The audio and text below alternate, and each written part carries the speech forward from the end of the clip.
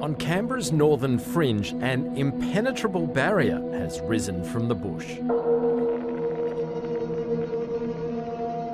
You'd be forgiven for wondering if it's keeping something in or keeping something out, but in reality, it's both. So as we approach the fence, make sure you don't touch the fence because it is electric, and it has a very, very nasty zap.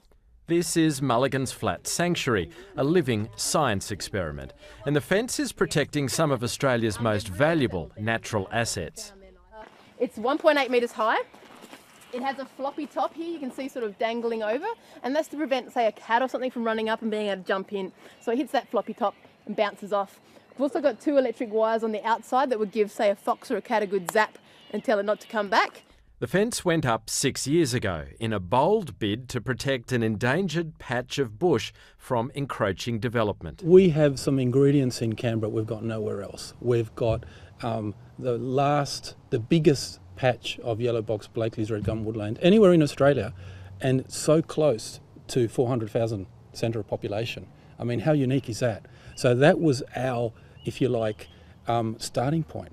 But we realise that as Canberra develops and as more and more suburbs come online, these areas are going to be threatened. When you walk inside, you step back a century. It's an environmental time warp to bushland more reminiscent of early European times. They've cleared out the ferals, the cats, foxes and rabbits, using poisoned baits and some 4-legged pest control experts. Today, the 485-hectare sanctuary is essentially pest-free and is growing in popularity as an eco-tourism attraction due to the unique critters that scamper out after dark. It's a sugar glider. So we'll scooch around and have a look at him. With few predators, the native wildlife here is flourishing, particularly one elusive marsupial, which is now coming back in leaps and bounds. Now that's getting up to his max speed. Bettongs are the real stars of the show at Mulligans Flat, a marsupial once hunted to extinction on mainland Australia. So this is Berry. She is a 8-month-old eastern bettong. They may look like miniature kangaroos, but their role in the bush has been much maligned. They used to be so abundant in the ACT you couldn't even plant potatoes because they just bounce around and dig them up at night. It took more than a century to realise that these pesky nighttime digging machines were actually vital for a healthy environment. She's what's called an ecosystem engineer, so she's helping to engineer the ecosystem to be more healthy, what it used to be. So all of those massive trees that we have here in Canberra are over 100 years old, and they all would have germinated in soil that was dug over by these little guys.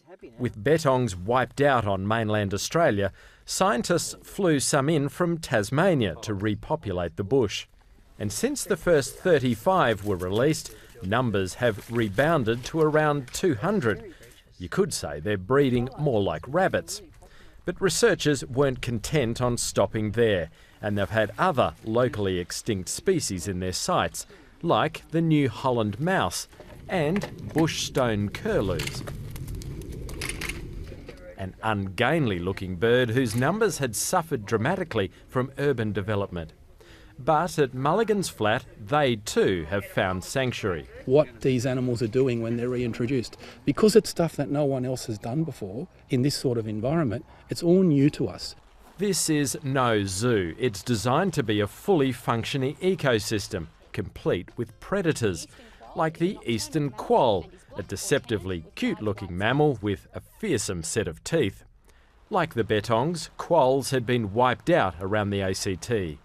Again, it was Tasmania's wildlife to the rescue. So we just checked the back to see how much fat there are around the hips, to see that she's in good condition, ready to go. So we just feel there. And she's in excellent condition as well. Australian National University researchers are giving this quoll the once-over before it too is let loose into the sanctuary. The animals are radio tagged so rangers can keep track of the population. So I'm thinking it's up the hill here, just sort of getting the strongest signal. They're stealthy predators, so technology helps get a fix. So we've got a quoll here. We're picking up a very strong signal. I've taken off the aerial and this allows me to get a really accurate You can hear it booming there, so that means that the quoll is pretty much inside this log. There are plans to reintroduce other endangered animals here too, including goannas and bandicoots. And as the suburbs push closer and closer into bushland, the sanctuary plans to expand. So what we have throughout Australia are predator-proof sanctuaries, but almost exclusively we see them in very remote areas. The South Australian example is one. There's examples in New South Wales and Victoria and Queensland. They're remote. Here we have something that occurs nowhere else in Australia, in that it's right in the middle of a large urban centre. Being so close to the suburbs has its drawbacks.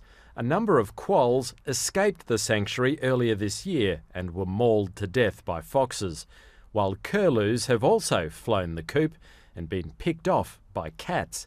And building the 11-kilometre long fence has stopped other native animals in their tracks. There have been some challenges with the migration of other animals like the eastern long-necked turtle, and we've solved that problem by having a community of volunteers who've stepped up and helped move the turtles from one side of the fence to the others. Every science experiment is bound to have its hurdles, but Mulligans Flat is proving to researchers that you can turn back the ecological clock, and Australia's native wildlife will be the winner.